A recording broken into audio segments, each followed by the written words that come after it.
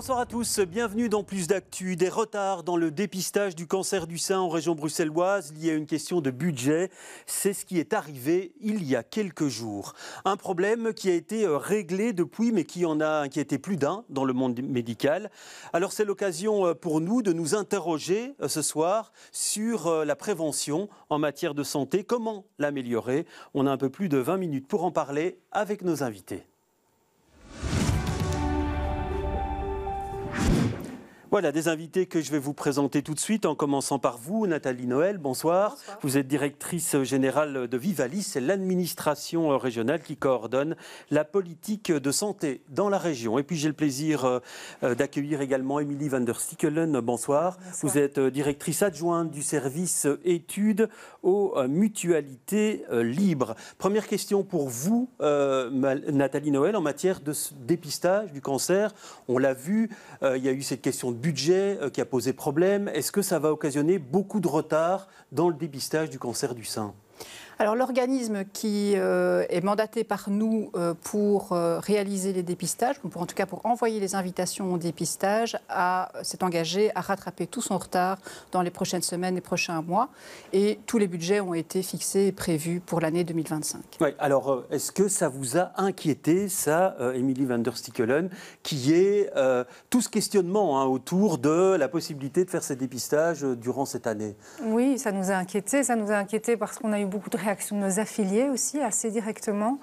Donc inquiétés parce que les défis sont grands en matière de dépistage et de participation au dépistage des cancers à Bruxelles. Oui, alors vous pensez que ça, pour vos affiliés ou pour certaines des personnes concernées, ça pourrait être un frein à se faire dépister? Mais l'invitation, clairement, est un moteur à participer au dépistage. En recevant l'invitation, vous pouvez vous inscrire ou en tout cas prendre des rendez-vous quand on parle du cancer du sein pour votre mammotest. Donc oui, c'est un vrai déclencheur, je dirais, à la participation du dépistage, ces invitations. Oui. Alors Nathalie Noël, ce n'est pas la première fois qu'on en parle avec des responsables d'associations ou des responsables politiques ou même d'administration sur ce plateau. L'absence de gouvernement bruxellois, ça complique les choses. Est-ce que c'est le cas également pour la prévention de la santé ? C'est le cas pour tous les secteurs de la santé qui sont financés dans ce qu'on appelle les subsides facultatifs, donc qui sont dépendants d'une décision annuelle du gouvernement. Mais en 2025, toutes les dispositions ont été prises pour que les budgets soient fixés dans les budgets dits en affaires courantes, les 12e provisoires.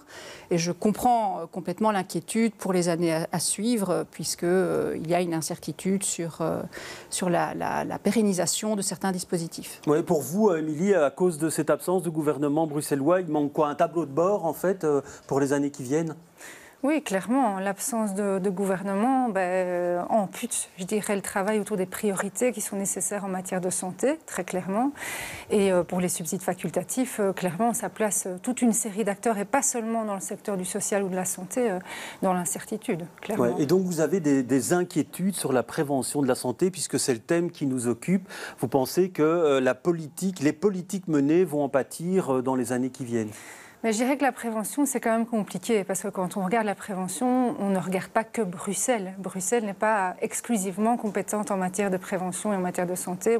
On sait bien que le pays est compliqué, qu'il y a différents niveaux de pouvoir, et Bruxelles est compétente en matière, effectivement, de prévention et de promotion de la santé.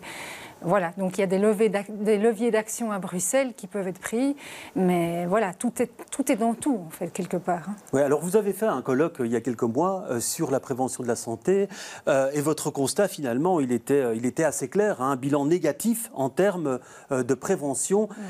Qu'est-ce qui manque, qu'est-ce qui ne fonctionne pas, selon vous? Donc, clairement, il manque d'investissement. Alors, aujourd'hui, on peut être sûr et certain d'un fait, c'est investir dans les politiques de prévention. C'est rentable. On sait qu'1 euro investi en prévention en rapporte 14 à moyen et long terme. Donc c'est indéniable. Aujourd'hui, c'est un fait, on le sait. C'est un bon investissement.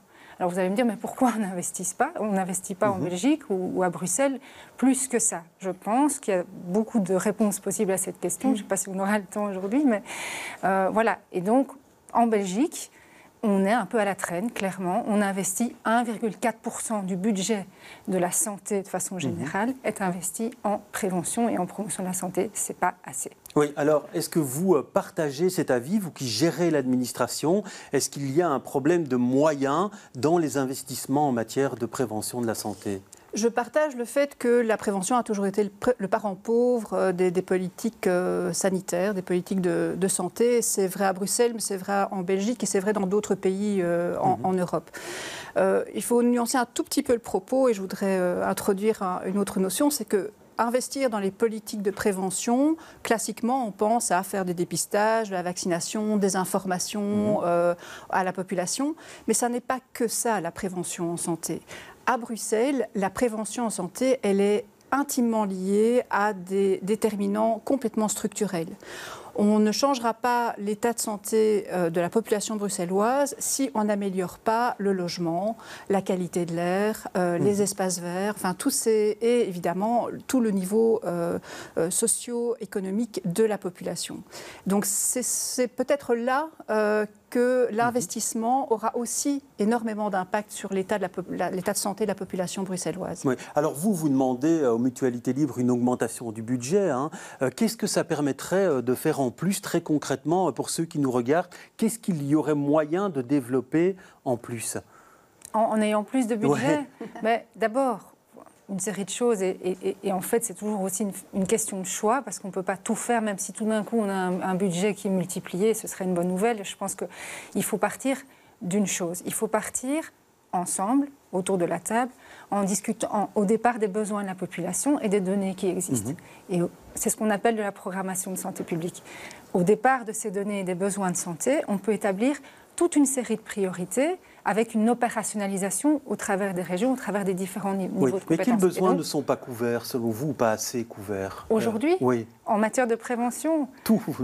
À peu près tout. C'est-à-dire qu'on a un système, et comme Nathalie Noël le disait, on a un système qui est exclusivement et surtout basé sur le curatif. On n'a pas cette culture, ou très peu la culture du préventif. Donc je pense qu'il y a toute une série de déterminants, et c'est pour ça aussi que la santé, ce n'est pas qu'une histoire de professionnels de la santé, c'est une histoire de toutes les politiques qui gravitent autour de la santé. Donc c'est un débat qui est vachement beaucoup plus large que simplement un petit secteur qui est celui des soins de santé ou de la santé. Oui. Alors il y a un point qui est cité également par les mutualités, mais pas que par elles, c'est cette fameuse lasagne institutionnelle. C'est que même la compétence santé ici en région bruxelloise, elle est morcelée entre la COCOF, la COCOM, la VGC, certains téléspectateurs sont déjà perdus. Alors, est-ce que ça complique les choses, ça, pour vous? Très honnêtement, je pense que le problème principal, c'est une question de volontarisme avant d'être une question institutionnelle. Quand on a vu pendant le Covid que quand on voulait faire quelque chose au bénéfice de la population, on arrivait à mettre les gens autour de la table et à travailler. Donc, je pense que la coordination est indispensable pour arriver à des résultats meilleurs. La lasagne institutionnelle, on ne va pas la résoudre en un claquement de doigts. Et même si vous arrivez à la simplifier, à supprimer l'un ou l'autre niveau de pouvoir, il y aura toujours des strates. On ne va pas revenir en arrière sur la structure de l'État, la prévention, si on parle de la prévention. Ce n'est pas une compétence qui a été défédéralisée lors de la 6e réforme de l'État. C'est une compétence qui est communautaire depuis plus de 20 ans. Donc, voilà, on vit avec cet historique et je pense que la meilleure chose à faire, c'est d'utiliser tous les outils de coordination dont on dispose aujourd'hui. Oui, alors justement, pour préciser les choses, vous nous dites en période Covid, on a bien fonctionné, on a bien collaboré. On est en période post-Covid, on collabore bien également aujourd'hui ou pas ? Je peux vous dire qu'en tout cas à Bruxelles, en intra-bruxellois, on a mis en place sous la dernière législature des outils qui doivent nous permettre de travailler de manière beaucoup plus coordonnée, de manière beaucoup plus alignée. Je pense spécifiquement au plan social santé intégré et ces outils de gouvernance qui font que toutes les autorités intra-bruxelloises autour de la santé doivent fonctionner ensemble, ont des comités de pilotage, déterminent des objectifs communs et alignent leurs actions sur ces objectifs communs. ça démarre. C'était la fin de la législature. Je pense qu'il y a vraiment quelque chose de prometteur dans cette approche. Oui, pour vous, il faut absolument simplifier finalement les responsabilités ou diminuer le nombre de personnes susceptibles ou d'organismes, susceptibles d'intervenir, même en région bruxelloise, sur cette prévention de la santé. Mais écoutez, je pense qu'effectivement, on fait des choses très compliquées, alors que la santé devrait, en tout cas, et puisqu'elle touche à différentes politiques qui gravitent autour, elle devrait être à un moment donné discutée à un niveau plus central. Et donc, effectivement, Nathalie Noël a pris l'exemple du Covid. On a pu rapidement mettre, je dirais, toutes les personnes et toutes les institutions pertinentes autour de la table pour pouvoir appréhender ce problème collectivement. Et donc, quelque part, qu'est-ce qui ressort de cette crise Covid ? Aujourd'hui, on est un peu déçus. On se dit, là, on a prouvé qu'en fait, c'était important d'avoir ce niveau de coordination-là. Aujourd'hui, qu'est-ce qu'il en reste ? Je ne sais pas. C'est vrai qu'il y a des initiatives qui sont prises. Alors, Nathalie Noël évoquait les objectifs au travers d'un plan spécifique bruxellois. Il y a aussi une commission qui se met en place au niveau fédéral, qui se veut interfédérale, c'est la commission des soins de santé, des objectifs de soins de santé. Donc là, l'objectif, c'est vraiment pouvoir ensemble tabler sur une série d'objectifs et de priorités de santé publique qui ne concernent pas que Bruxelles, mais qui seraient déployés à tous les niveaux de pouvoir. Il faut ce niveau de concertation et de coordination à un espace qui soit plus centralisé. Alors vous en parliez, on va rentrer dans le concret maintenant sur les dépistages et comment améliorer le taux de dépistage, puisque prenons un exemple au niveau du cancer colorectal, peut mieux faire dans ce domaine. Écoutez à ce propos le chef de clinique dépistage de l'Institut Jules Bordet. Il était notre invité en novembre dernier, c'était dans le 12h30. Si on compte l'ensemble des personnes qui se soucient de ce problème-là, donc à côté de ce programme de dépistage, il y a encore d'autres manières de le faire via son médecin généraliste, etc. Donc on arrive à peu près à 25-30%, mais ça reste quand même bas. Mais c'est vrai que c'est un peu étonnant parce que ce programme de dépistage qui est tout à fait accessible, qui est tout à fait gratuit, donc qu'on met en œuvre, il ne touche effectivement qu'environ 12% de la population. Ce qu'on voit, c'est que chaque fois qu'on fait une campagne d'information là-dessus, on voit une augmentation, parfois presque un doublement de l'utilisation de ces kits, parce que les gens se disent, tiens, ils vont chez leur pharmacien, ils le prennent, ils le font, et puis après quelques mois, ça s'éteint.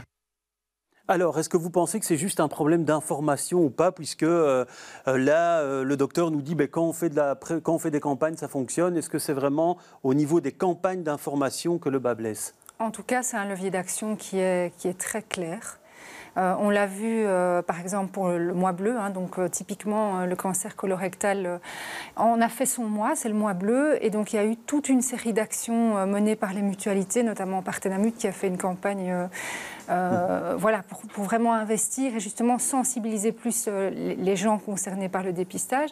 Et on voit très rapidement après que le taux de participation au dépistage augmente. Donc je crois que c'est un vrai levier d'action et que de pouvoir justement au niveau de l'autorité coordonner des campagnes de sensibilisation qui puissent être retenties je dirais localement ou par le biais des mutualités, c'est un vrai levier d'action pour moi qui apporte des résultats. Alors Nathalie Noël, est-ce qu'il faut plus de campagnes d'information ? Et on sait que ces campagnes-là, elles coûtent de l'argent, forcément de l'argent que vous n'avez peut-être pas ou que la région n'a peut-être pas. Les campagnes, on les fait. On fait des campagnes généralistes sur toute une série de sujets en matière de prévention. Ce que nous disons en tant qu'administration, c'est qu'on a observé pendant le Covid que ce qui marchait encore mieux que les campagnes généralistes, c'est des actions ciblées sur des publics cibles, parfois sur des publics communautaires. Et donc nous déployons une série d'expériences pilotes, comme on l'a fait effectivement pendant le Mars bleu pour le cancer colorectal, où on va sur le terrain à des niveaux vraiment micro, où on réunit l'ensemble des acteurs, pas seulement les acteurs de santé, mais des acteurs parfois sociaux, culturels, pour vraiment mobiliser toutes les forces de conviction autour de ce besoin. Oui, mais comment vous expliquez ce faible pourcentage, que le pourcentage reste si faible en termes de dépistage du cancer colorectal ? Alors, ce n'est pas un sujet très agréable. Effectivement, mais c'est gratuit, il suffit d'aller dans une pharmacie. A priori, c'est assez simple et pourtant, on a du mal à convaincre les gens de plus de 50 ans d'y aller. Oui, effectivement, mais c'est un phénomène qu'on observe de manière générale dans le pays et sensiblement plus important dans le côté francophone du pays. On voit que les taux de réponse au dépistage ou à la vaccination sont plus importants en Flandre. Donc il y a un aspect probablement culturel à cette réaction. Mais en ce qui concerne Bruxelles, nous cherchons vraiment les solutions dans les approches ciblées, individuelles et de terrain. Oui. Alors est-ce que cette proposition qui est faite d'aller effectivement vers des publics cibles très précis, ça vous semble intéressant pour augmenter le taux de dépistage? On y croit parfaitement et d'ailleurs on est partenaire de Vivalis à cet égard-là. Les mutuelles ont plusieurs dispositifs qui vont vers les populations spécifiques. Donc, il y a les Community Health Workers qui ont été mis en place depuis 3 ans et qui sont vraiment des agents qui sillonnent dans les rues, qui vont à la rencontre des communautés. Et puis, on a le dispositif des conseillers santé qui appelle, je dirais, une population ciblée, justement par rapport au cancer et au dépistage des cancers. En ce moment même, on appelle les femmes qui sont éligibles du cancer, par exemple, du dépistage du cancer du sein. Donc, on fait des choses très ciblées en tant que mutualité et en partenariat avec Vivalis. Donc, clairement, ce sont des choses dans lesquelles on croit. Ça, plus des campagnes massives d'information et de sensibilisation, pour moi, ce sont des vrais leviers d'action. Et pour moi, ce genre de partenariat doit vraiment se poursuivre. Oui, alors l'objectif à terme, c'est d'arriver, pour ce type de cancer, c'est d'arriver à quel pourcentage, à quel délai? Est-ce que là-dessus, il y a un tableau de bord ou pas? Il y a un objectif long terme qui est d'arriver aux recommandations OMS, donc elles varient en fonction des situations. Et nous, en tant qu'administration, on se donne 5 à 10 ans pour vraiment renverser complètement la vapeur. Ça nous paraît assez réaliste si les moyens suivent. Alors, il y a certains dépistages qui sont organisés également au sein des entreprises, où c'est l'entreprise qui invite ses employés à se faire dépister pendant les heures de travail. On avait été voir une entreprise il y a quelques semaines à ce sujet. Regardez cet extrait de reportage. Mathilde est employée dans une entreprise. Il y a quelques semaines, elle a réalisé un examen de dépistage du cancer à l'initiative de ses supérieurs qui évoluent dans le milieu pharmaceutique. Ils ont créé un petit groupe pilote avec différents employés de différents âges pour avoir vraiment un groupe assez hétérogène. Et du coup, ils m'ont proposé pour représenter un peu les jeunes employés de l'entreprise. L'action a rencontré un vrai succès. 90% des employés de Servier ont suivi un dépistage, et ce, durant les heures de travail. Nous ne voulons pas que quelqu'un sacrifie ou dédie son temps supplémentaire pour faire ce dépistage, que ça soit une partie du package qu'on offre à nos collaborateurs pour qu'ils puissent partir pendant les heures du travail. Et nous avons le plaisir que nous avons pu communiquer avec plusieurs oncologues qui ont adhéré à l'initiative aussi. Voilà, Emilie van der Stickelen, ça c'est aller vers un groupe cible, ça vous paraît vraiment une initiative qui devrait être généralisée?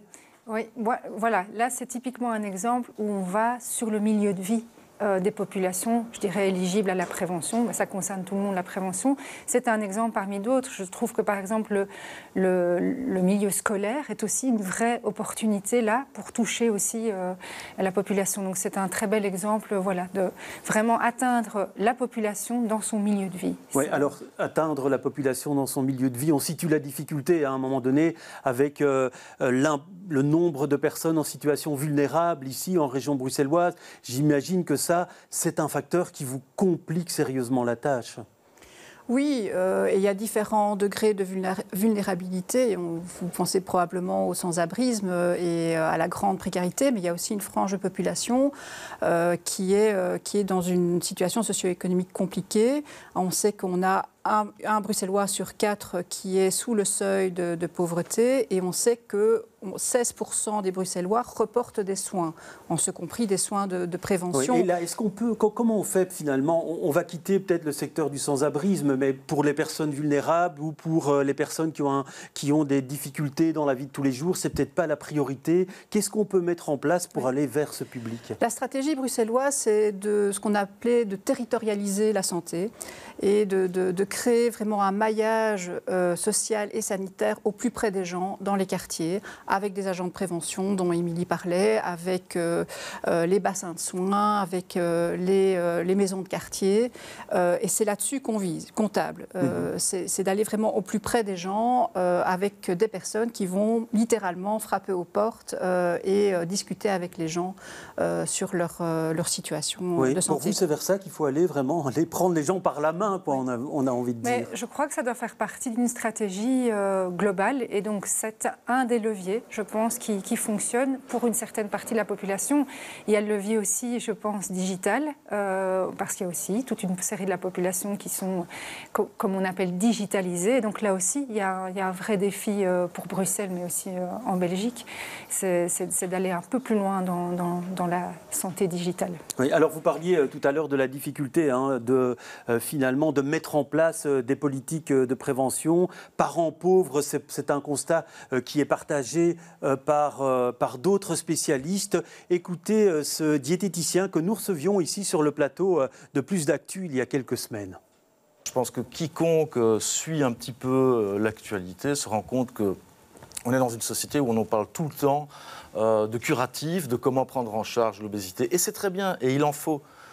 On parle très peu de ce qui est en amont, de la façon dont on peut éviter d'arriver à ce que nos enfants, aujourd'hui en surpoids, ados obèses et futurs adultes obèses, qu'est-ce qu'on peut faire pour... Alors c'est vrai qu'en termes de prévention, il n'y a pas grand-chose. Donc pour qu'une politique de prévention soit efficace, il faudrait déjà qu'elle existe. Après, et pour vous, elle n'existe pas, cette politique pratiquement de prévention? pas, non. Et vous l'attribuez à quoi, vous, ce constat qui est quand même un constat d'échec? Je m'interroge. J'imagine qu'il doit y avoir une question de budget. Et encore, c'est un très mauvais calcul, puisque aujourd'hui, notre budget, le ministère de la Santé est un ministère de la maladie. Aujourd'hui, on dépense de l'argent pour soigner les gens. Alors qu'on sait très bien qu'il coûte beaucoup moins cher de dépenser de l'argent pour éviter qu'ils ne deviennent malades. Voilà un constat encore plus dur que vous, hein. Donc pas de politique de prévention pour ce diététicien. Oui, alors ça c'est peut-être un peu dur, il y en a, mais à nouveau pour moi elles ne sont pas suffisamment organisées. Et donc là il parlait du plus jeune âge par exemple, est-ce qu'il manque certaines choses dans ce domaine-là, en prévention de l'obésité, hein, mais ça pourrait être d'autres choses?